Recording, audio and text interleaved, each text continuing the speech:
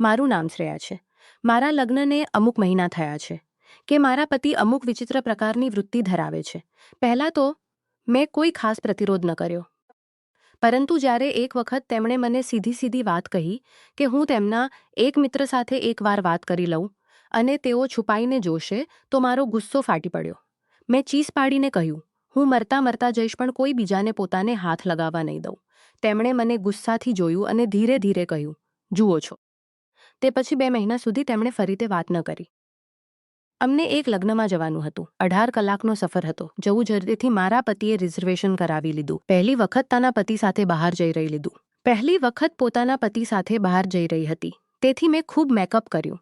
મારી સાસુએ મારી નજર ઉતારી અને હું મારા પતિ1 જગ્યા નથી મળી.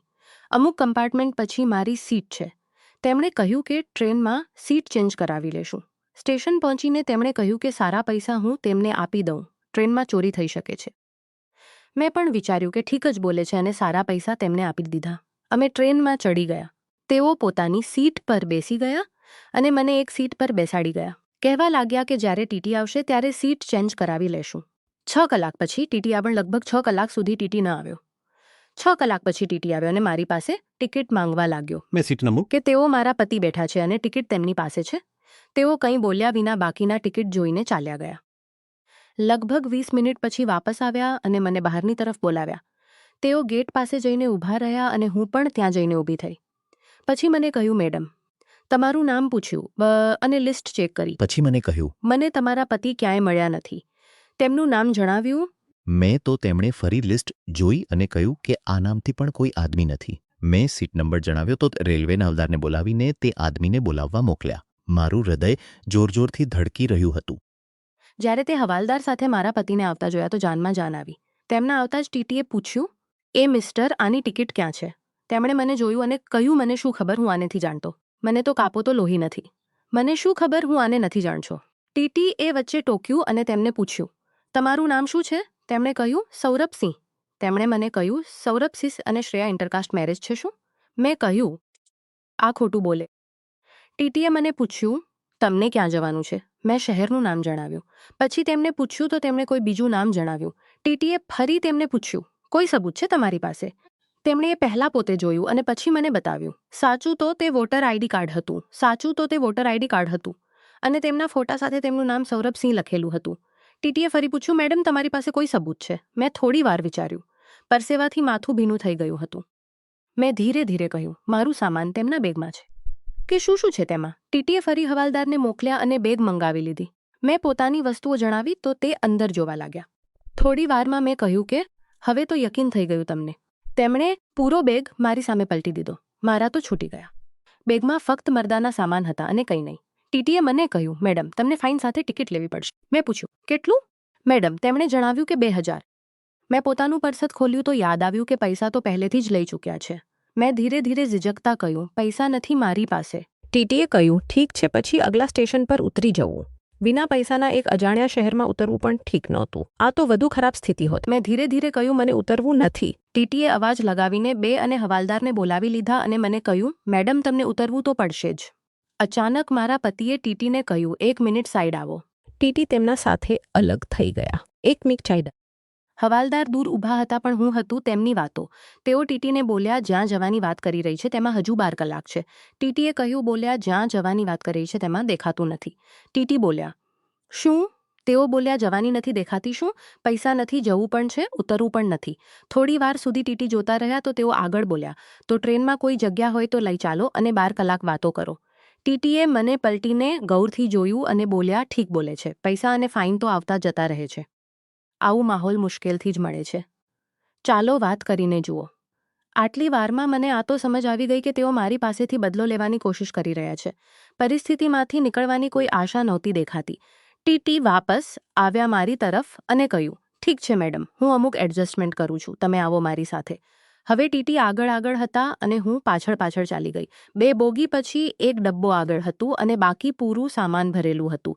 તેમણે મને ત્યાં રોક્યું અને ત્યાં સુધી બાકી લોકો પણ આવી ગયા. ટીટીએ મને કહ્યું, મેડમ, તમે અહીં રોકાઈ શકો છો.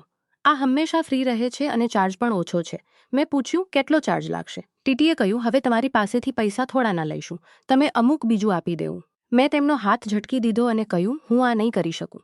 તેમણે એક ભદ્દીસી ગાળ આપી અને કહ્યું કે તેઓ અગલા સ્ટેશન પર નીચે ફેંકી દેશે મને અને કોઈ રસ્તો સમજમાં ન આવતો હતો. તો મેં ધીરે ધીરે કહ્યું, ના, ટ્રેનથી મત ઉતારજો. તમે જે બોલશો હું કરીશ. અચાનક તેઓ બોલી પડ્યા અને સાહેબ હું ટીટીએ તેમને જોયા અને પૂછ્યું, તમને શું? મેં સૂચન આપ્યું. અને મને જ બહાર કરી રહે. ટીટીએ મેં સૂચન આપ્યું અને મને જ બહાર કરી રહ્યા છે. સારું, આના ફાઇનના પૈસા હું આપી દઈશ તમને. ટીટીએ થોડીવાર વિચાર્યું પછી બોલ્યા, સારું, તું પણ આ જા. તેઓ લોકો પણ અંદર આવી ગયા અને ટીટીએ કમ્પાર્ટમેન્ટનું ગેટ બંધ કરી દીધું. ટીટી અને એક હવાલદાર એક સીટ પર, મારા પતિ અને એક હવાલદાર બીજી સીટ પર બેસી ગયા. બંને સીટની વચ્ચે હું ઊભી હતી અને એક હવાલદાર મારી સામે ઊભો હતો. મેં પોતાના પતિની તરફ જોયું તો તેઓ હસી રહ્યા હતા. મારા ચહેરા પર દુઃખની લીટીઓ ઉભરી આવી તો મારા પતિ બોલી પડ્યા, આરામથી ભાઈ, એટલા ઉતાવળા શા માટે થઈ રહ્યા છો? મારા દિલમાં તો મારા પતિ માટે ઘણો ગુસ્સો આવી રહ્યો હતો. તેમને સબક શીખવવાનો મન તો હતો જ. મેં ધીરે ધીરે ટીટીના કાનમાં કહ્યું, તમે તો કહી રહ્યા હતા કે પણ અહીં હુકમ તો કોઈ બીજો આપી રહ્યો છે. થોડી વાર પછી હું બાથરૂમમાં જઈને નહાવા લાગી. નહાઈને મેં મેકઅપ કર્યું અને વાળ ઠીક કર્યા અને વાપસ આવી ગઈ. જ્યારે હું કમ્પાર્ટમેન્ટમાં પહોંચી તો મારા કપડાં ફ્રેશ થઈને આવી ચૂક્યા હતા અને સારા હવાલદાર જઈ ચૂક્યા હતા. ફક્ત ટીટી બેઠા હતા. પોતાનો બેગ સંભાળ્યો. મેં તો પાયું કે તેમાં પડેલા છે. મેં ટીટીને જોયા તો તેઓ હસ્યા અને બોલ્યા, મારી તરફથી તું જ ભેટ રાખી લે. મેં કંઈ ન કહ્યું અને એકવાર મોબાઈલ ચેક કર્યો. સારી વિડીયો આવી ગયા હતા. ટીટીએ એક થર્મસમાંથી કોફી નીકાળી અને મને 2 કપ લગાતાર આપ્યા. મારી સારી થાક અમુક ઓછી થઈ જેમ જેમ સ્ટેશન આવ્યું. ટીટીએ અને હાથ હલાવીને મારી સાથે વિદા લીધી. સ્ટેશનના ગેટ પર મારા પતિ ઊભા હતા ટેક્સી સાથે. જેમ જેમ હું બગલથી નીકળી તે બોલ્યા, શ્રેયા, ટેક્સીમાં બેસતો. મેં ગુસ્સામાં કહ્યું, યાદ આવી ગયું અમારું રિશ્તું. તે સમયે તો યાદ નહોતું આવતું. મારા પતિએ ટેક્સી ડ્રાઈવરની તરફ જોયું તો હું ચૂપચાપ ટેક્સીમાં બેસી ગઈ. રસ્તામાં એક રેસ્ટોરન્ટમાં રોકાઈ નાસ્તો કરવા અને નાસ્તો કેબિનમાં મંગાવી લીધો. નાસ્તો આવ્યા પછી મારા પતિએ મને પૂછ્યું, કંઈ કર્યું તો નથી તમારા સાથે તે લોકો? મને ગુસ્સો તો હતો જ. બોલી પડી ના. મોટા પ્યારથી મને બેસાડીને મને કહ્યું કે બહેન ઘણા દિવસ પછી મળી છે. મારી સાથે રાખડી બંધાવી અને મારી આરતી ઉતારવા લાગ્યા. પછી મને મીઠાઈ ખવડાવી. મારા પતિએ સિર ઝુકાવીને મને માફી માંગી અને કહ્યું, વિચાર્યું કંઈક બીજું હતું, થયું કંઈક બીજું ગયું. મેં મોબાઈલ નીકાળીને તેમને આપ્યું અને કહ્યું, જુઓ લો કેવી ખાતરદારી કરી છે મારા ભાઈઓએ. મારી તે મોબાઈલ લઈને વિડીયો જોવા લાગ્યા. મેં નાસ્તો પૂરો કર્યો અને અમે લોકો લગ્નના ફંક્શન માટે ચાલી ગયા. ફંક્શન 3 દિવસનું હતું અને પછી ટ્રેનથી વાપસી. મારા પતિને જરા પણ અફસોસ નહોતો. પોતાના કાર્યસ્થાન પર જેમ તેમ કાર્યક્રમ નિપટાવ્યો અને અમે વાપસીનો પ્રોગ્રામ બનાવ્યો. મેં દિલમાં જ દિલમાં વિચારી લીધું હતું કે વાપસીમાં પોતાના પતિને એવો મજા ચખાડીશ કે યાદ રાખશે. નિયત તારીખે અમે ટ્રેનમાં ચઢી ગયા. કારણ કે આ સાધારણ ટ્રેન હતી તેથી સમય વધુ લાગવાનો હતો. એક કમ્પાર્ટમેન્ટમાં 6 સીટ હતી. નીચેની બંને સીટ એક વૃદ્ધ દંપતીની હતી જેમની ઉંમર 70ની આસપાસ હતી. વચ્ચેની બંને સીટ અમારી હતી અને ઉપરની બંને સીટમાંથી એક આદમીની હતી જેની ઉંમર 32થી 35ની આસપાસ હતી અને એક કોલેજના છોકરાની હતી. જ્યારે ટ્રેન સ્ટેશનથી નીકળી ત્યારે સાંજના થઈ રહ્યા હતા. કમ્પાર્ટમેન્ટની બંને બારી પર વૃદ્ધા અને તે કોલેજનો છોકરો બેઠા હતા. હું તેની બગલમાં બેસી ગઈ અને મારા પતિ મારી બગલમાં. હજુ તે આદમી પહોંચ્યા નહોતા. લગભગ પર સ્ટેશન પર ટ્રેન રોકાઈ અને પછી ચાલી પડી. મારા પતિ ઉઠ્યા અને બાથરૂમ ચાલી ગયા. ત્યારે તે આદમી આવ્યા અને પોતાનું સામાન જમાવીને મારી બાઈ બગલમાં બેસી ગયા. સામાન્ય રીતે હું તેમને સામે બેસવા કહેતી પણ મારા પતિ વાપસ આવ્યા તો થોડા ઝીચક્યા પણ પછી સામે બેસી ગયા. મારા પતિ વાપસ આવ્યા તો થોડા ઝીચક્યા આપસમાં વાત થવા લાગી. મેં બેગ ખોલી અને એક નાઇટી લઈને બાથરૂમમાં ચાલી ગઈ. મેં ફક્ત નાઇટી પહેરી અને વાપસ કમ્પાર્ટમેન્ટમાં આવી ગઈ. થોડી વાર યું જ વાતો થતી રહી. ત્યારે તે આદમીએ જેનું નામ રવિ મહંત હતું તેણે તાશ રમવાનો પ્રસ્તાવ રાખ્યો. જો કે અમારા ઘરમાં તાશ નથી રમતા પણ રમવું બંનેને આવડતું હતું. તો અમે બંને પણ તૈયાર થઈ ગયા અને નીરજ નામનો તે છોકરો પણ તૈયાર થઈ ગયો. અંકલ આંટીને અમે બારી આપી દીધી. હું આંટીની બગલમાં અને તે છોકરો મારી સામે બેસી ગયો. મારી બગલમાં રવિ અને તેમની સામે મારા પતિ બેસી ગયા. રવિએ એક કંબલ નીકાળ્યું અને અમે તેને ફેલાવીને કમરપત્તા ફેંકવા લાગ્યા. કારણ કે કંબલ વધુ મોટું નહોતું તેથી અમે સૌ ઘણા પાસપાસા બેઠા હતા.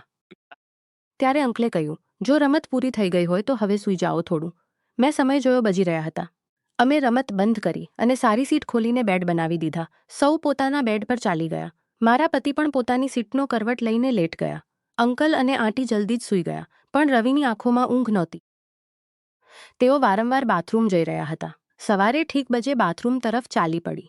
ત્યારે કોઈએ બાથરૂમનો દરવાજો ખટખટાવ્યો. મેં ધીરે ધીરે પૂછ્યું કે કોણ છે? બહારથી એક છોકરીની અવાજ આવી અને મને ખબર પડી કે તે નીરજ છે. મેં ધીરે ધીરે પૂછ્યું શું કામ છે, તો તેમે રવિ અંકલ સાથે જે કર્યું તો તેમ તો ઊંઘ આવી ગઈ, પણ મને ઊંઘ નથી આવી રહી. હું હસી પડી અને દિલમાં જ દિલમાં બોલી, આજકાલના બાળકો. થોડી વાર પછી હું પોતાની સીટ પર જઈને લેટ ગઈ. મારા પતિ બીજી તરફ મોં કરીને સૂતા હતા. હું પણ સૂઈ ગઈ. સવારે ઉઠીને મેં ટૂથબ્રશ લઈને વોશ બેસિન તરફ ચાલી ગઈ. ત્યાં મેં બ્રશ કર્યું અને જેમ જેમ મોં કરી રહી હતી, અચાનક મારી નજર કોણેમાં ગઈ તો મને ખબર પડી કે મારા પતિ કોણેમાંથી ઝાંકી રહ્યા છે. મેં એવું વ્યક્ત કરવા શરૂ કર્યું કે મને ઘણું સારું લાગી રહ્યું છે. ત્યારે મારા છોકરી મને છોડીને છતમાંથી નીકળી ગયા. મારા પતિ વોશ બેસિન તરફ ચાલી ગયા અને હું પોતાની સીટ પર ચાલી ગઈ. મારા પતિએ